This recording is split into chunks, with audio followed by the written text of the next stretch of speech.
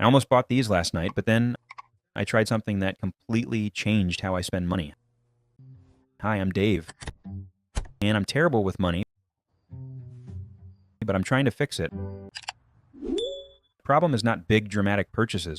I'm actually pretty good at avoiding obvious financial disasters. Now, my problem is the stuff that feels small, fun, deserved, or weirdly urgent for no real reason. Gadgets, clothes, random things online that suddenly feel like they would complete my life for about 6.5 minutes. Buy something at night, feel amazing for a moment, and then 2 days later, I wouldn't even care about it anymore. That was the pattern. Not need, not strategy, just a temporary obsession with a checkout button.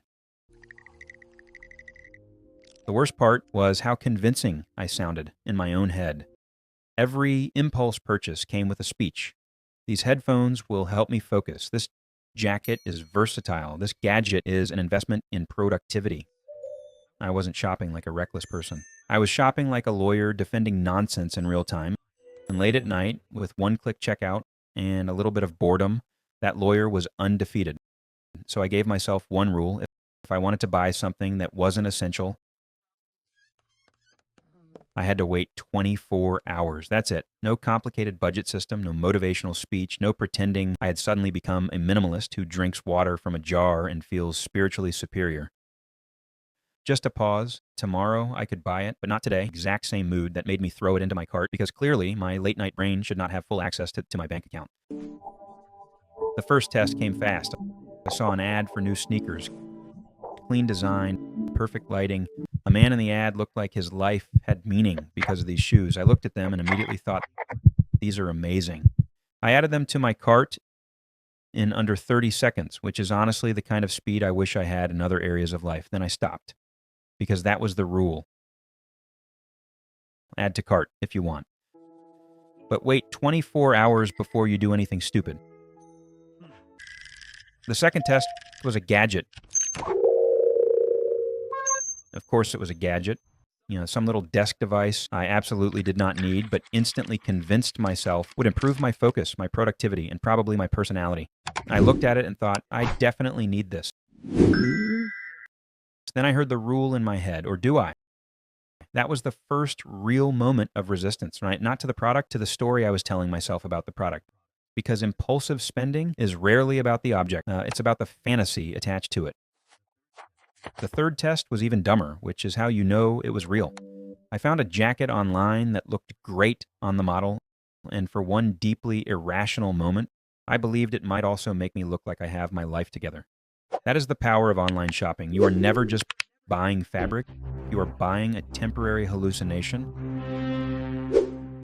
I added the jacket to my cart, stared at the total, and once again had to walk away like a man leaving a dramatic relationship. And then came my favorite part of this experiment, the running joke that stopped being a joke.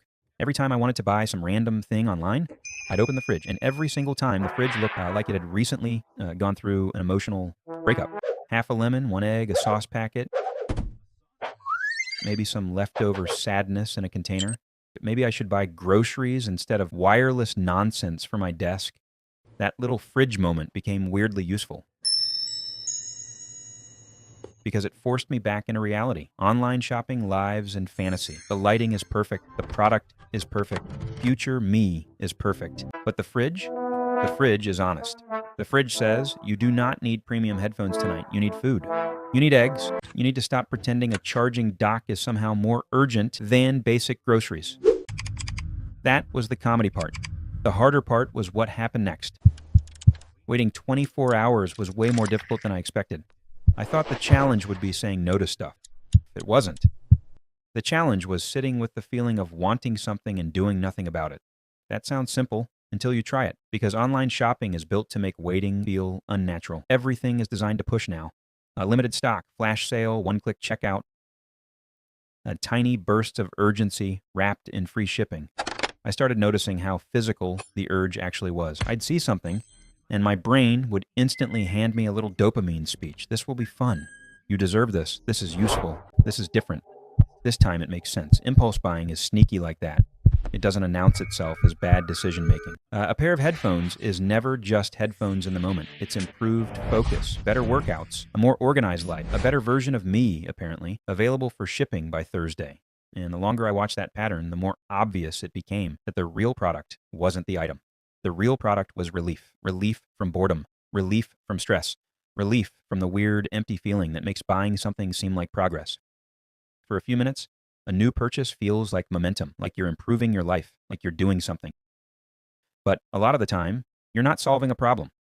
You're just decorating a mood. That was the inner fight. Not me versus money. Me versus the version of me that always believes this purchase is special. Because in the moment, every impulse purchase feels reasonable. That's what makes it dangerous. You're not standing there thinking, I want to waste money. You're thinking, this is smart, this is useful, this is probably worth it. The 24-hour rule interrupted that story. It gave my logical brain time to catch up to my emotional one. And apparently, my emotional brain has very aggressive shopping habits. The weirdest part was how strong the craving felt in the first hour. It actually bothered me.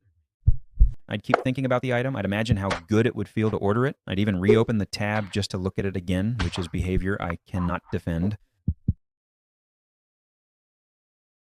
But the second I had to wait, the energy started changing. The urgency was intense, but it was also fragile. It looked powerful right now. I just had to find out whether it could survive tomorrow. And honestly, some of those 24 hours felt weirdly long. Not because I truly needed the item, but because my brain hated losing momentum. Clicking buy now gives instant closure. Waiting does not. Waiting leaves the desire unresolved. It just sits there, annoying you, asking for attention. That's why the rule works. It doesn't just delay the purchase. It exposes how emotional the purchase was in the first place. After 24 hours, I came back to the cart. And this is where the experiment got embarrassing. The headphones? Still nice, but suddenly not life-changing. The sneakers? Cool, but not worth pretending they were an emergency. The random gadget? I honestly could not remember why I thought I needed it in the first place. That was the moment the whole thing clicked for me. Most of the things I wanted yesterday were powered by urgency, not value. Once the urgency faded, the object got smaller. And it kept happening. The rule worked again and again. Not because it made me hate shopping, not because it turned me into a monk with a spreadsheet. It worked because it separated desire from decision. In the moment, I wanted the feeling, the novelty, the reward, the tiny hit of excitement. But after a day, I could finally ask a better question. Do I want this item, or did I just want a mood change? That question saved me more money than I want to admit. I'm not saying every delayed purchase became a no. Some things still made sense after a day. That's the point. The rule is not there to stop all spending. It's there to stop emotional spending from pretending to be rational spending. If I still wanted something after 24 hours, fine. At least then I knew I was choosing it on purpose. The pause turned the purchase into a decision instead of a reflex. And honestly, that difference is huge. The biggest surprise was how many things completely lost their power overnight. Yesterday they felt urgent. Today they felt optional. Yesterday they felt exciting. Today they felt kind of random. Most of the things I thought I wanted were not future purchases waiting to happen. They were temporary moods wearing price tags. That's the lesson for me. Impulse is expensive, not because every impulse purchase is huge, but because the habit is. Emotional decisions pile up, convenience piles up, late-night logic piles up, and online stores are built to make that feel normal. The 24-hour rule gave me one thing I clearly needed: distance. Just enough time for the excitement to cool down and the truth to show up. So now, if I want something that isn't essential, I wait. One day, no drama, no speeches, just a pause between wanting and buying, and that tiny pause changed more than I expected. Because most of the things I wanted yesterday, I don't care about today. Next, I want to test this rule for a full month and see how much money it actually saves when I stop letting emotions shop faster than I can think.